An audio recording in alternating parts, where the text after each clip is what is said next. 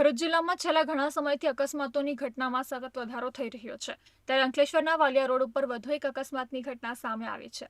કોસંબડી નજીકથી પસાર થઈ રહેલા બાઇક સવાર દંપતીને હાઇવા ટ્રકના ચાલકે અડફેટમાં લીધા હતા, જ્યાં હાઇવાની ટક્કરે બાઇક સવાર દંપતી સહિત બાળક રોડ પર પટકાયું હતું, જેમાં ગંભીર ઇજાના પગલે પત્નીનું ઘટનાસ્થળે જ કમકમાટી ભર્યું મોત નીપજ્યું હતું, જ્યારે પતિ અને બાળકને ઇજાઓ પહોંચતા તાત્કાલિક સારવાર અર્થે હોસ્પિટલ ખસેડવામાં આવ્યા હતા।